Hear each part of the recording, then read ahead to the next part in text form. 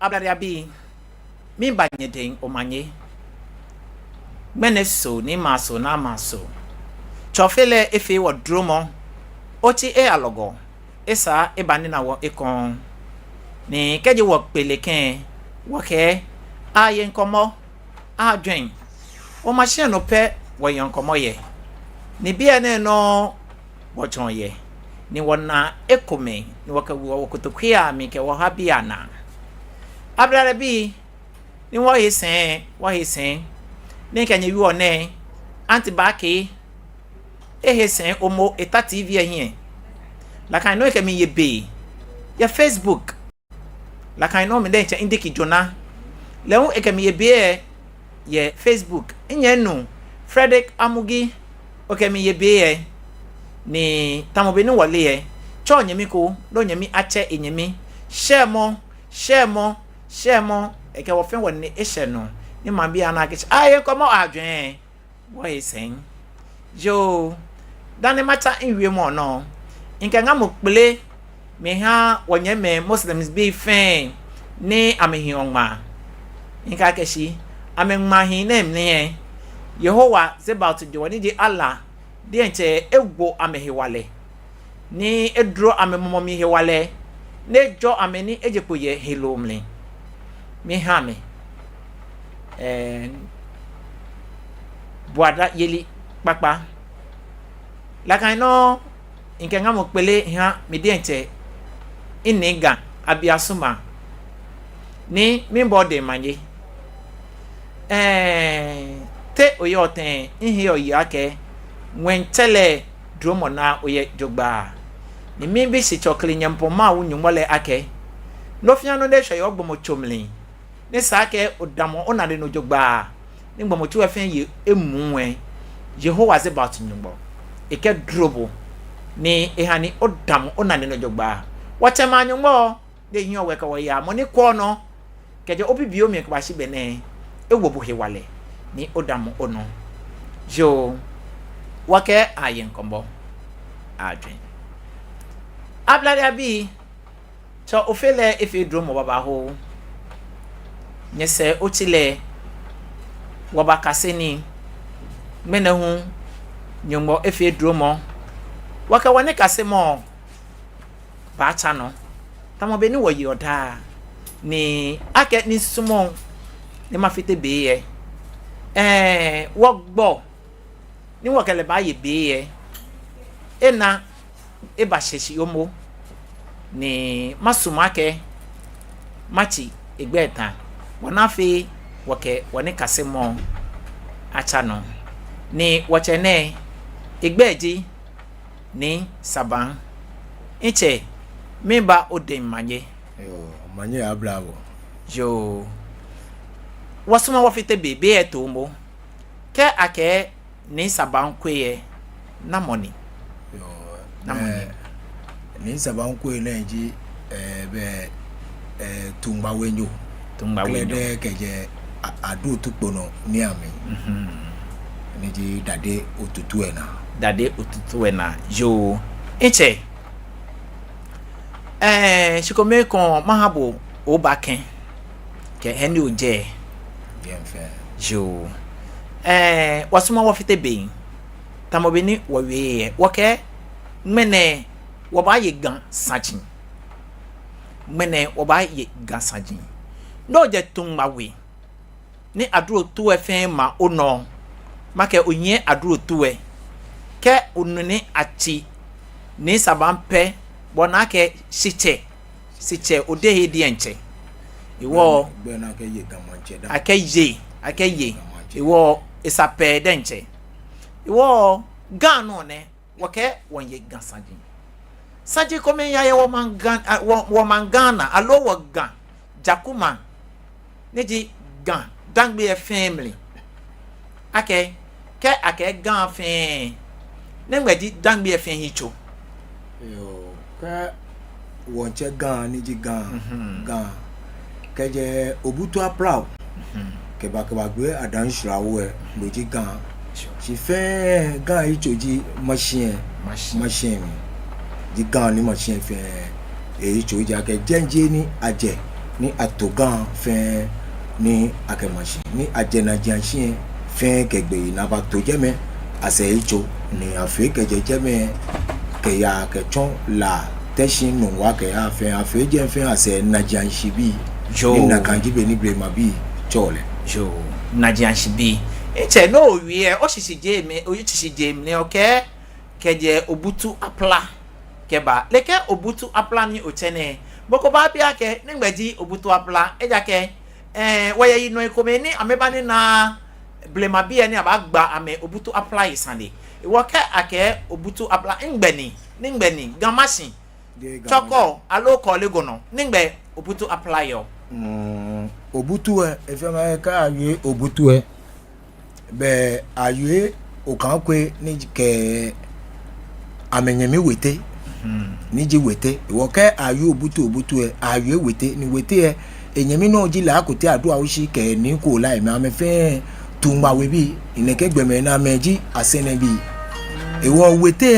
wete mi aje ni adode akai be baye manye iwo adode akai ko wula mampon kan ba yin ni akefo okankwe okay iwo wete mi aje iwo wete mi adode akai je iwo adode akai ke wula mampon kan banana fi shian banani iwo bana ke do wula mampon kan ba chon se adode akai be ba ye manye de se ye manche iwo adode akai to le king queen okay king queen e ya ke kan queen mami ni leje gan mi ojogba ewe ye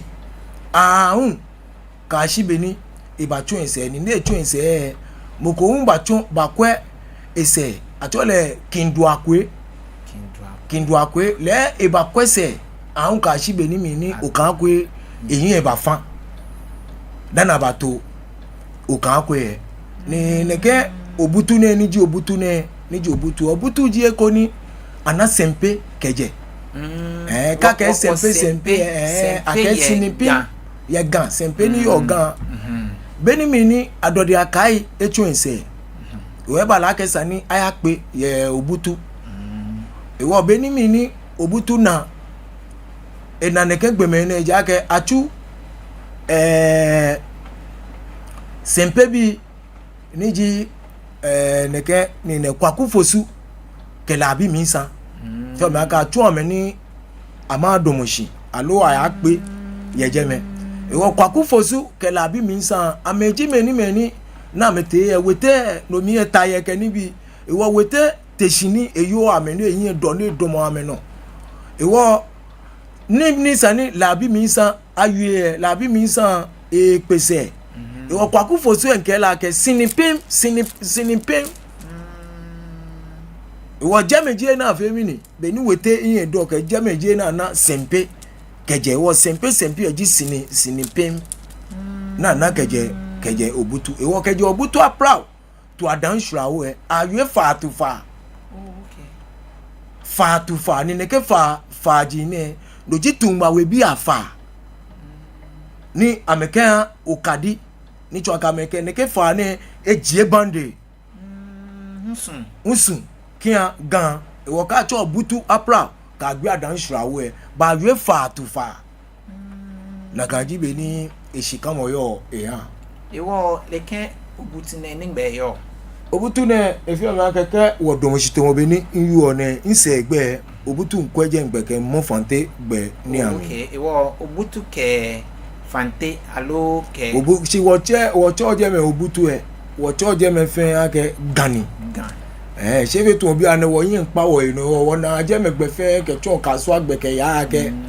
be to mo fante me anu ni alo me sije me ko ma no gama anu ni ke ateshi e gan mi de balaka tashi ojogba wojin ye gan ni abanya ke krem ne ke ni bi na efe okay iwo be ke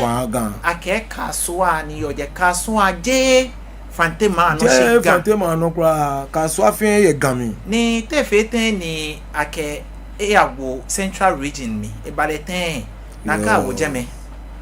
fi o me ake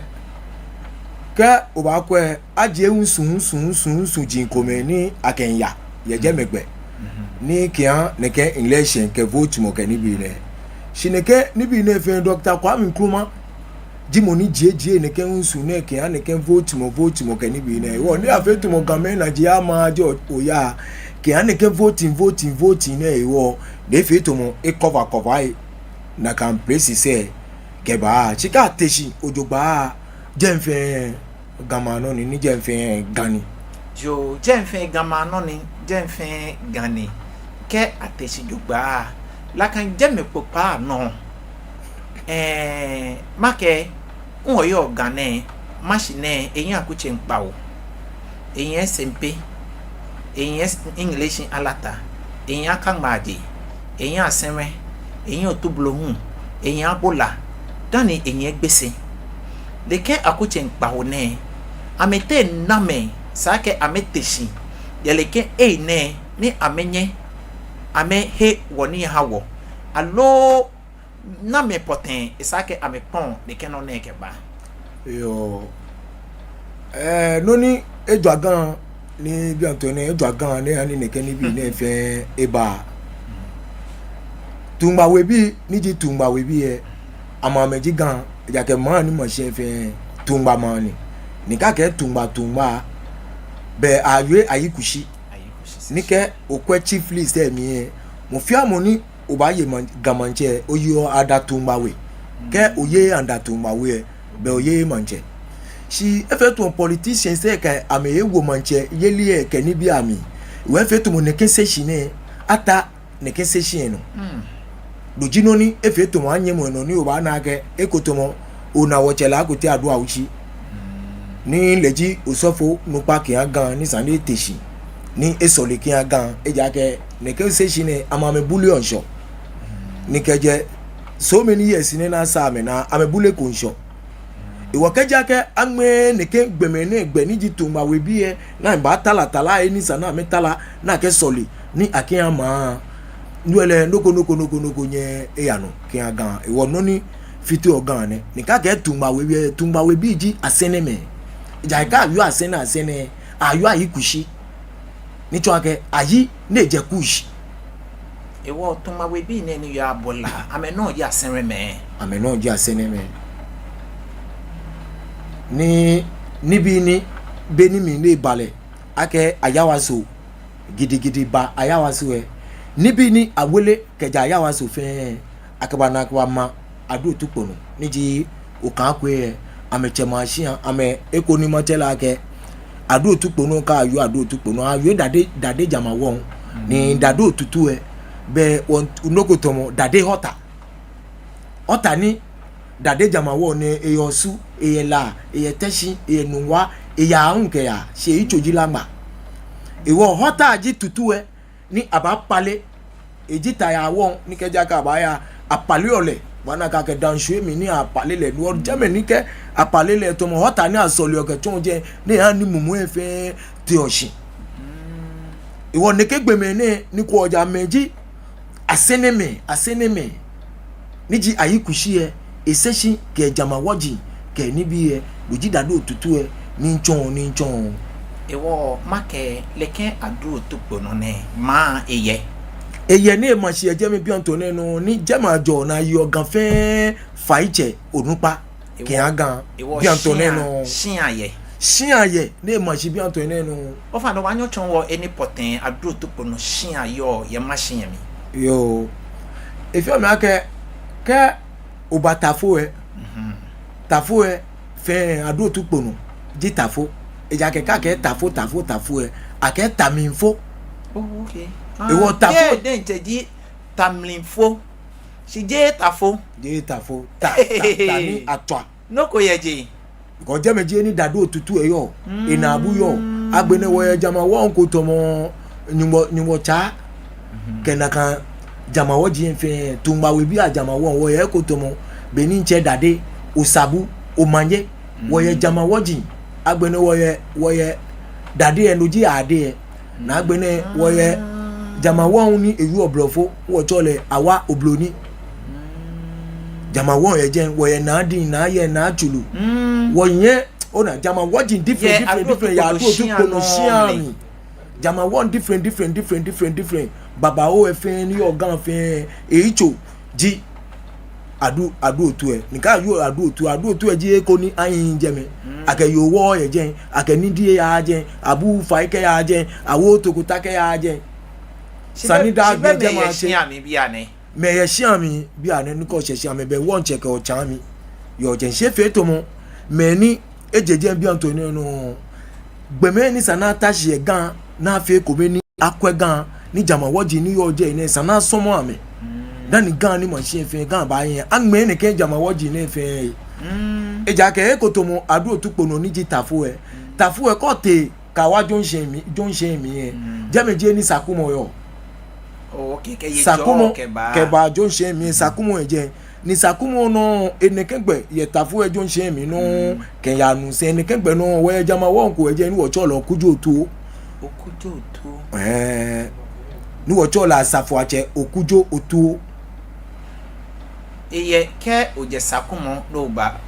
ko je tafu no ya kemba junction before sakumo ye tafu je okujo otu eje me ni ke oho okujo otu e lo ba yin fi wo ye asafu ache ko no eje me na cholo asafu ache adama ni ko wa asafu ache adama ye obaba ni na awo ayos sisa wulomo ye ko ho asafu ache adama ye tafu no wo yo sisa wulomo na do tu pono bi no na me ame side ke han grefe bi ni o ame fi follow kanshi ya asafu ache mankata ke o ame wa sha asafu ache mankata le we tafu no do asafu ache mankata ese flock ko kanje me ke ya la kote ado a ushi ni di na ewuro mo eje o ko wa asafu ache mankata ma fi o baba ni na dade otutu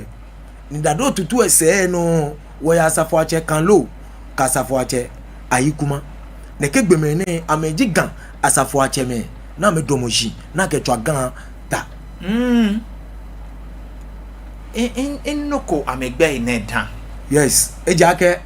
gamen sumo ni anokwali e ba jepo e wa chi mo ne keni bi na efe no ni ne keni bi efe o che asafu ache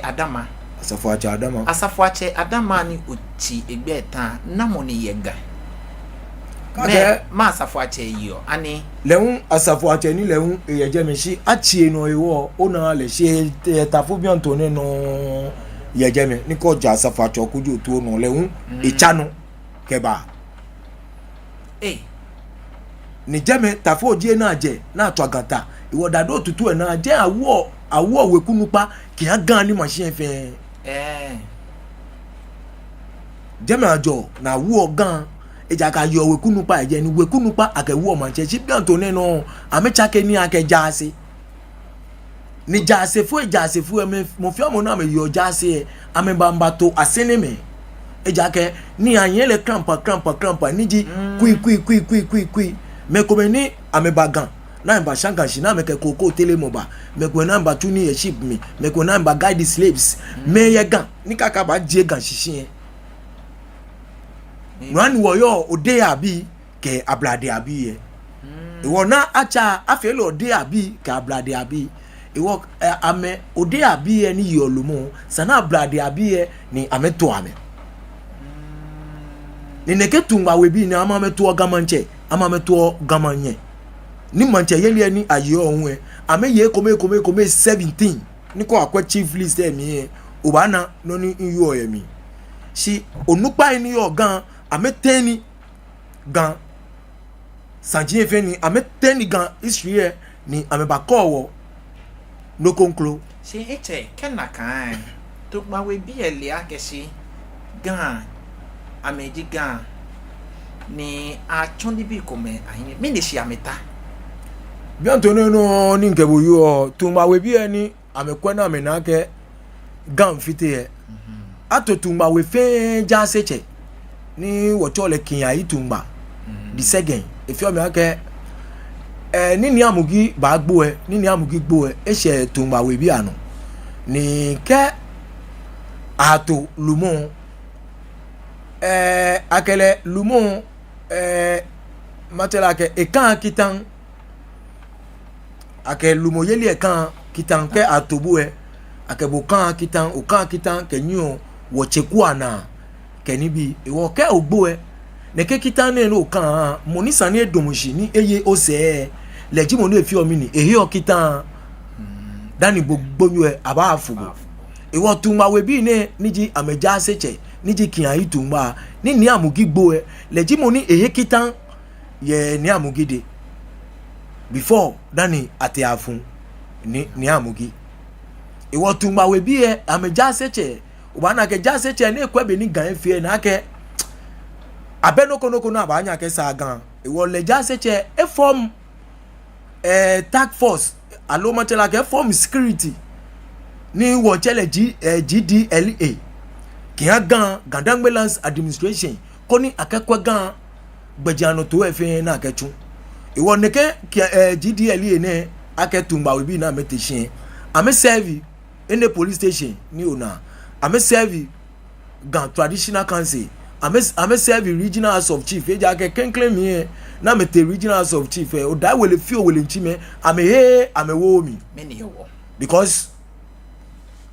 wole beni ame sumoni ame control ma eha ni ndo woni eha ni e bale na kai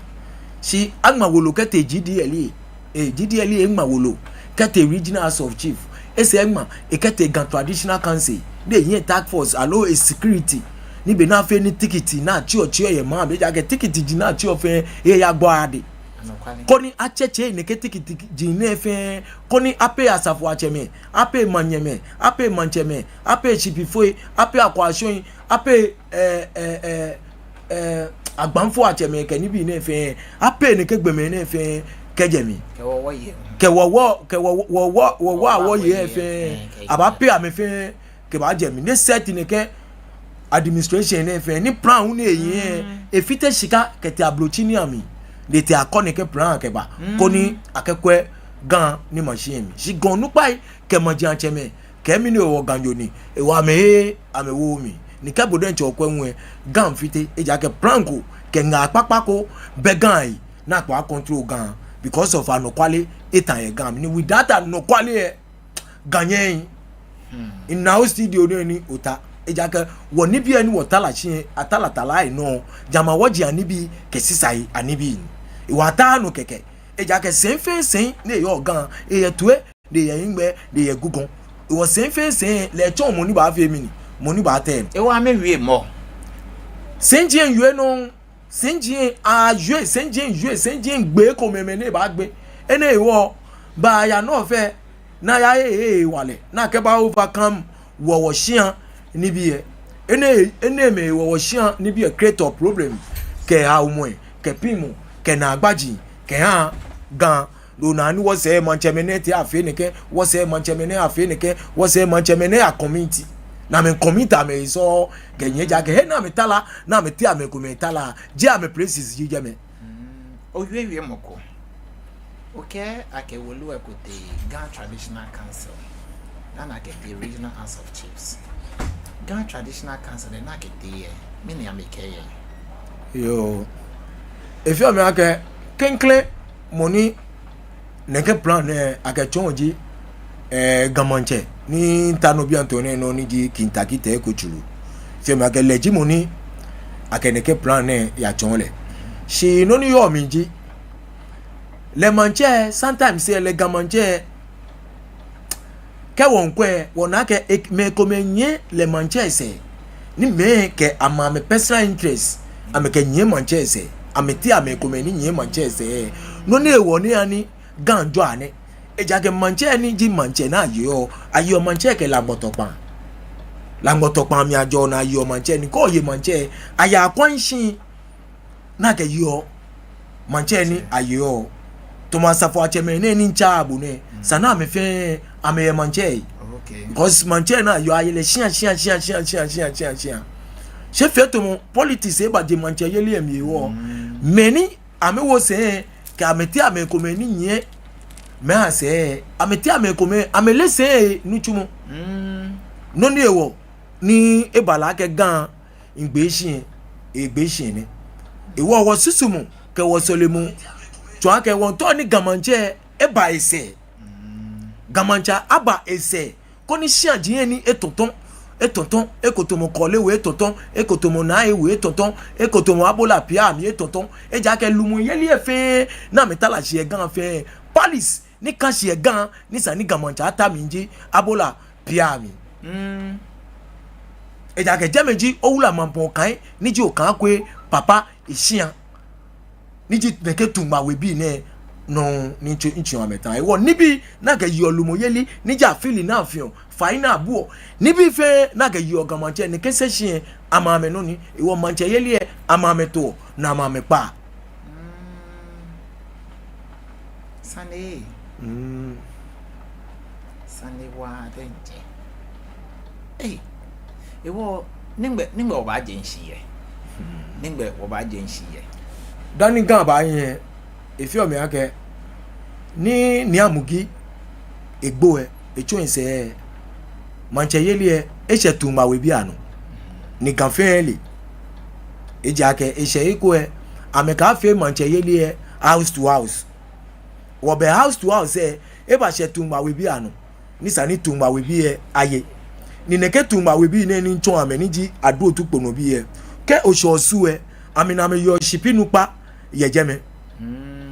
ni osu sen niji osu sen wo chole sen kwa mi ko ba adu otukpo no loje adu otukpo no ni nchon wo sen kwa mi ni ata no yo osu sen kwa mi eje adu otukpo no niji tumba we bi ne no niji asene bi amesen ni iwo ke atumba we bi niji okan ko bi niji saban gbogbo twalo iwo tumba we bi ne no ni yo shipi nupa ye osu ewo ame wona ma me sen ake yo manche yo osu ewo ame ne ko osu manche ne ye gamra mi ne ko osu manche leji president ye regional house of chief osu manche ji president ye regional house of chief ni le be ba buo osu shipinupa because of okanko se se ebuo shipinupa akunta ni shipinupa ba buo gamanche akunta na kanjibe ni gan kanshi ewo suke la ke teshi ke nungwa fe ke ya ameye gamanche shishi ni senjie ni ametala no fe ke ya fe senjie na ametala no fe yanda gamanche kena kan ni e kashi ha mi ne wo gamanche e atashi ake president ye regional house of chiefs yes noni yo minji gamanche dafe regional house of chief gamanche really? Ta regional house of chief yes running blam ya bu ake shi sumanche jimoni eta neke gbe neke gamanche ni traditional council gamanche ta traditional council ababole amanie she efeto mo ni gbeme fe at the regional house of chief traditional council no ani gan gbeye ko ne fit yo because na no ba ata gan traditional council sano na gazette ni mo fiamo no yen gazette boy on under government when sani gamanche appelé au gazette keneke regional house of chief keni bi eja ke okwekuma se asante ni ya regional house of chief kam traditional council pene no bo ban le gazette koko no ba kele oba kele noko ona ni ewo naka no ji gamanche position she fetu mo be ne ba ewo be politicians se ka me ewo ni em ke support mo ewo lojino ne ande fetu mo gan ni machine ngbe shin ewo ne ewo eje ni wo tun ma we bi won ke le gamanche ake e ba ese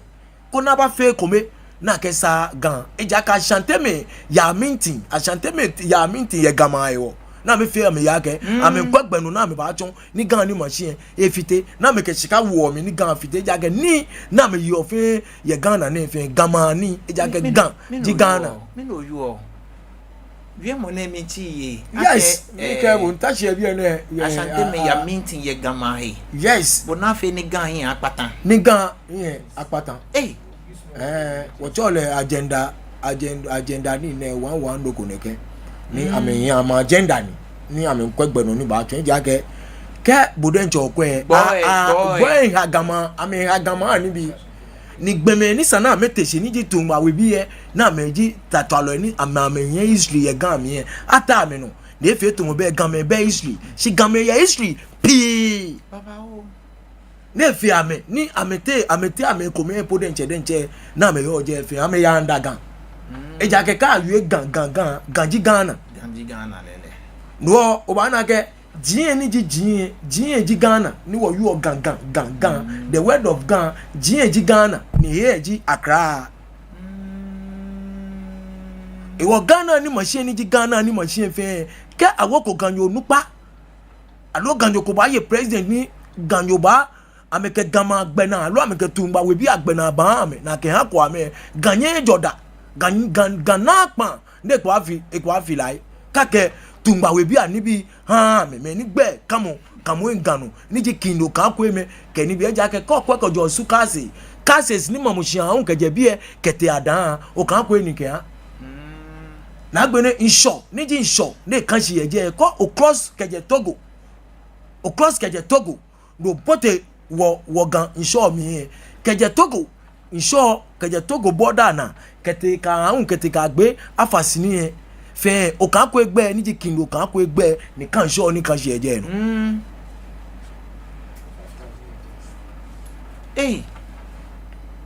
okay Osumanche ni eya regional house of chiefs ne kesani e bana nation na manje me ne chakwa kan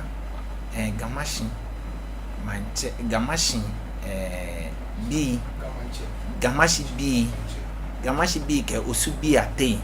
ni no ewo ni Osumanche baba ni ebapu gamanche amata e baba bula kunta eja ke wo bagamashi woje magian cheme ejen nisake kun amame ya ni amata je me na me tunde kenu tumo fe ma ka ndoji no ni nko bo aka o na ka blame bi ameye dwen mu eja ka me set loko ni blofo chola administration ame set fe kenya eja ke ase game ena yi ogamanche ye amenu yo osu ke gambe bensu osu ne machi eje ke gambe unsu eja ke nibi ni kamu osu fe gamanche ke ha kokko ekotomo ministries ekotomo reach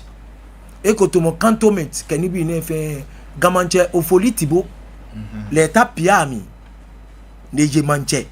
de ke nibi ne fe ni kamu osu ke nibi fe de ke ha iwo gan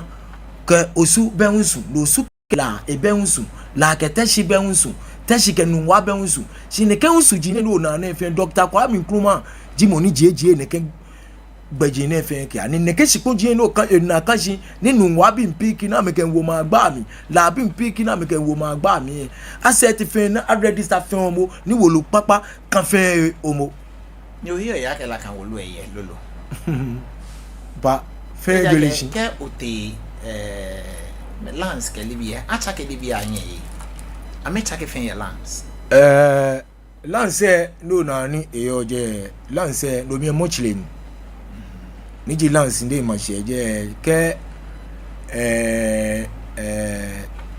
regional hospital yeah to akebe to mo shika cheme ni ne wo ke ogbo e fe ma ke na kan je meji no mi ebre ma mochile ni ji lance before dana ke jeme bafe lance iwo wolo papai ni yo jeme fe dana ba na wolo papai ye jeme ojogba na ke bato jeme janeke tumba we bi ni se shine ni nkebo yo ameji me ni ye wolo papai ni yo je jake ke ote Supreme Court ganwojin fe ye Supreme Court iwo sanjie ni onana ba yo fe Supreme Court bi e amele no fe oni kan sise fe to mo gan tumba no cheme te koshi iwo oba na ke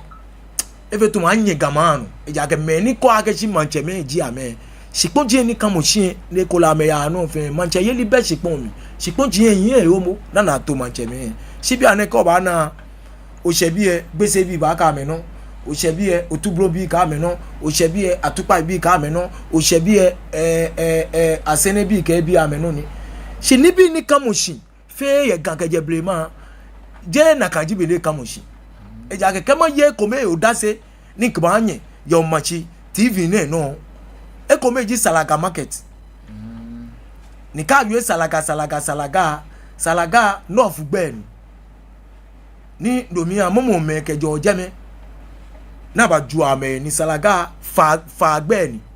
na ba ju slaves me wo Salaga ni ji Salaga market slaves market ni wo bene balake slave trader mi efo ni balake sana ke fi market ni asene bi ke market ha kwa okwe wekunu pa ni yo akocho mi fin ba yo da se gbese manche yo da se ase ona manche me ke wekunu pa na iwuro mu kole wuro mu ka ke ni ha ni gamanche ke ha wekume ke ni bi fin yo da se no meji wolu papa ni jole sisi je wolu ni mene aba ke wa ke ko ya katamanto ke afin ake gbese bi ano ke na kan ni bi na yo o fa ne ebe mi na kai you know you are no kwale nko obo eja ke na se ka no kwale do mo se gan ifiteni eja keke okwekeje gada we ahun ke mba ke nyon kan shi o kan shi na ayu denche a che o kan na moji o kan ni bi ani kamo eje fe gan ni bi na ke han na le date jin ni fe ke gbogbo yi ni sana ateshi na ata o gan na ko ni neke nyomoji na fe ai si ashishi ni company se ko me ni kamo shi ni manche me won po edenche government yen nyomoji ye ni sana pay game na pay ko si manche me ko me te amen lolo ni ami hon wen kan wa me gba mi ni je na kanji be ni sitamu yo ihan wenne wo wonche na tete je jake aje ye mi ni efio me ake ke amatu ayako payment ye mi ìwọ ye mi ye ke sipon jien ni mamusin wo jien gbogbo ye wo yen me ko me jo ye mi na me na ke o bi eni kan se je neke gbo ìwọ be ye mi bi e ko me ka ba ke politics e to boti o ye mi e ka ke fe neke ni bi na e ka ke momo manche me ko me wo e ka ke fe na kan ni bi e keke ake hon sipon jien ni kan mo jien fe me ni amena me ye buko na me nyenye ni ji wole me ame properties so joleje me ni ame gani bi ni je ni bi na me choncho je na kaji be de kashi shika na kan de kashi the whole city ni ji the whole city abaka ke chipon kan city na register ko pa ko mo ko ba piki ni ba ka ke eni ba hu ebi oni ba hu ebi oni ni fo chipon emeshi alo e ba hu e chipon no e wa ke ko chipon si ju ewo kaba bi e o woni meni hu keje bi e na hu kete bi e ka piki chipon e ka me ka wo ami ni egba mi so inche ewo ma bia ke gan ni wo yo aso gamashin no wa to beni afa keje ayawa so ni aba gan chipon boko benu machine mi boko benu ni ti actually ten akuche ye beni ajala leke ba beni aja ayawa so na ba ja akuche ombo alo ababa toshi na na agbalagbala yi akuche ne gan kan ji omo ni yemo ni ameyu ni na kan yemo jino ni ijuagan ni ifite gan history eji beni aja ayawa so aba beni aja ayawa so ni ko bi amake na mo ja ayawa so aba ako kan kwe beni mi lo akan kwe ja ayawa so ni ba ni gan fe ke mo fe ayawa so ni because ko kwe ayawa so east ke west ke ni bi ncho ke south ke ni bi wo gan ni mo se fe ayawa so ni na gbe ni won ka me ko kan kwe papa o kan kwe ni ja ayawa so iba o kan kwe papa ni jo wula mampon kan akele wo chi bumi egbo yen insho mi no an adodi akai ni jo kan kwe mami mi fun wo wula mampon kan ni ji o kan kwe e papa po o kan kwe papa sianji abola pia mi jeme ji palace ke an gan fe ni beni mi ni governor ahoy your governor ahoy ma jeme as a palace wo jeme ji gan palace ni mancheme ka safo cheme ni cheche fe jeme ji eni sani ama pe ni no mi gan traditional council ni yo no mi ji palladiums ni tun palladiums ni tun je mi fun basa nche ni ba bi ame chake ni bi se ni palace ni na hon alo ti afele te na paje esi ni be na se egmesin ìwọ na se egmesin no ni ba ni ase egmesiji be ni mi ni awo ni amugi manche be bai bo ni be bai ibala ke gbe ise mo wo be ni amugi Kwame Nkrumah isegbe akebe ke ni amugi yata traditional council parade on abanye ayawo eno ìwọ no mi mayor ni yo bia mi legimoni amagan traditional council ale ni eyo jeme obe Kwame Nkrumah ani ni amugi ti agbe ameye ye agbe ekele te jeme be na fe to mu ni amugi mfoye afaban shi traditional council je gamanche policy ni ka yue manchagbo na je ni kanshi ni ji community center jeme je ni manche ke we bi fe pe oyewo any bishop any here mi ebi ete awo aho jenji gamanche ni Kwame Nkrumah mi so jeje ni gamanche e ka ke policy ni sa ni gamanche ayen jeme je ni yewo eyin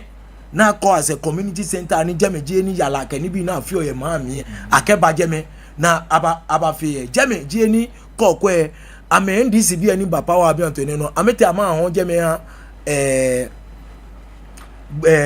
boy na ka me yo jala ke ya Togo ke ba ame ke jeme eti afi market bi antone no ame sipon je ame no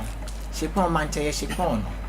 wo ko ma fi ndoku e be o ke ma janche me ba ya ni o ka ma susu na lo ko iwale ba teshi wa ko sipon ko akọ no lo ke ame yes eve tu mancheme ni ji mancheme ni yo bi antone no mena bi ani ba sanima ju anu kwale ni kan she gan fa na wie mo obi e fin ta mancheme ni kan shi ye gan ni ji mancheme ni kan shi ye gan eve tu mo government e blackmail am fe because ame wa ni shi ajin fe tu e wo ke ame politicians ame nko no ku e bo manche onyon wi because ka otewe mo manche ye li e fe nyu abajo se na ba o opponent se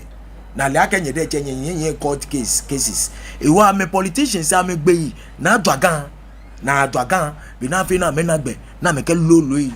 woni bi eni wo lo eja ke gama shika ni mamushi ojogba ni kaka ba pay gama ojogba shika ni gama yo ye Ghana impa anyaye eja ke je so many years ni gama shika ni sande eje ye mi ni ba no ni sande je Bank of Ghana no ni sande je post office ni mama mo nse je fe peko ba wole ni chon keba ni won komo we na agbe ne hu neken offices di ni mama mo gan fe ni mama mo nse je bi antone no ko yin gangbe alo yin gan se ni mi ko to abinu tumo aye bo shina sande no jino ni ko bo bi antone no ni nye fe research ni nye kwe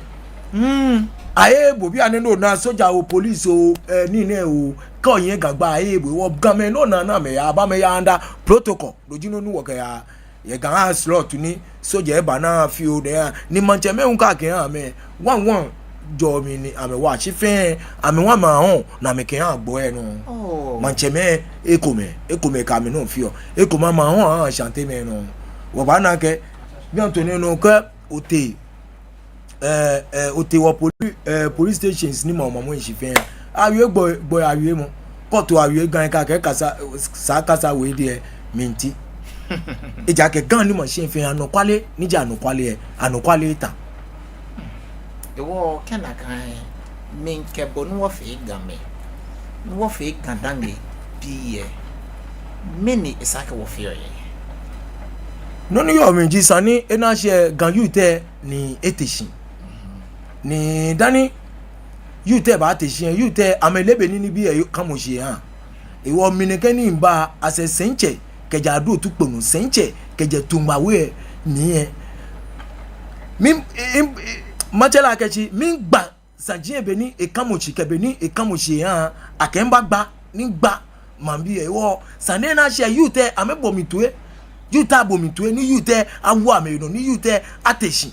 eja ke mene ni ba o machi tv ni no o machi tv no ji tv ko ni wo fe wo na kechi keja ke gan me fe wo ke wo yin ba fon o machi tv ni no o machi tv wa nya chono na ke sa gan eja keja ka amba nya me follow mi ma fo bi e ba ko ni bi ni sana gbla mi ni bi ni sana fe jama woji ni sana fe eja ke wo kusun e fite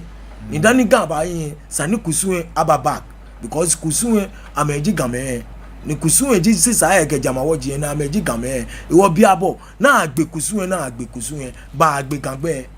iwo nu ani be ni ku kusun ngbo e be gan yue mo fe mi ni e ya se iwo be ni won fe wo kusun e fe tan ni won fe wo kusun ko wo jama woji wo na me fe tan bo ba na ke wo gan me hu wo sile mi hu fe tan jo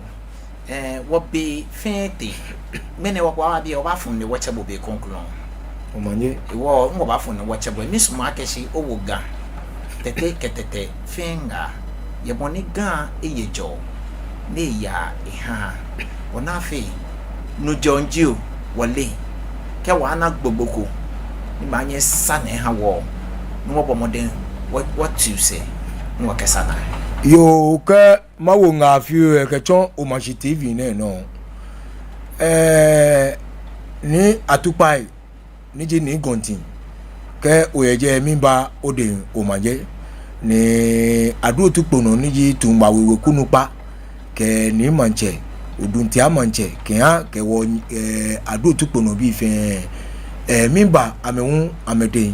o manje tumobeni imba no ke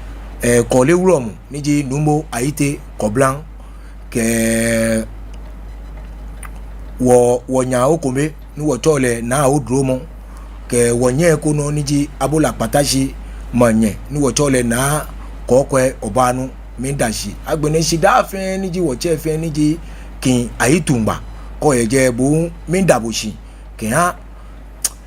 beni o force ake asa gan ni jazz asa gan ni o force mi ndaboshi ni mi bi ni jamawojin abuoyi kesisai abuoyi fe anye yo agbene ina gbe yemo ni ma yueji mi pa gan YouTube fe fai ke gandangbe bi fe fai ni ma wu amenga ake history ani wo bolo alo saji ni wo bolo kewo ba bolo ni ke son efi o me ake shanana shini cheme ba ya cheme shi jamawojin ameawo iwo makpa gandangbe fi fa yake kejake amale baba ni ekola afila ke mene me yu ame male mene me yu ame male ye mawo game fenga ake woye sakumo ni woye nayi ni woye kole ni woye aduotu aloma chala ke jamawo ni jidade nyani achi abenka ne ke jamawojin ne ejake no ani cheme shi awo nabu ne ke jamawojin keje kumia mi abu ametue ni ke gan obranya bi yu teteshi na me force cheme ake sanaje ne ke mumuene ni bi ni ame call alo sana me chon agma me gbe na me chon ifi o ma ke ne ke gan fe bayi eja ke jemeje na je na ke jwa gan eji nai kole ke sakumo jemeje ni afi jeme tu politicians say fi jeme tu na me ke jwa iwo yu te ateshi ko na me bomi tue ke chon o machi TV neno ke je gbene ke ya ko ni wokwe ni bi ekonkro ni yo se ni wo ka wa hwe ke chon o machi TV neno jonte akesa ga oyi wala don aken wo foni de whatever oba gbela libi amlin o chon wo ke wo kwalo efen yo ablade abi be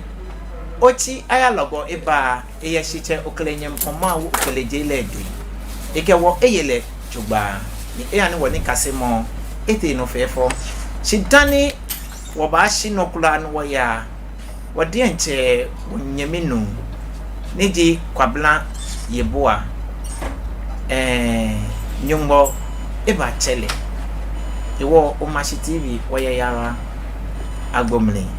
mi ha weku me fe afi loko watene leni efio boot for boot efio le daju kesho keji achagbejin bawo yashi gbejin nehu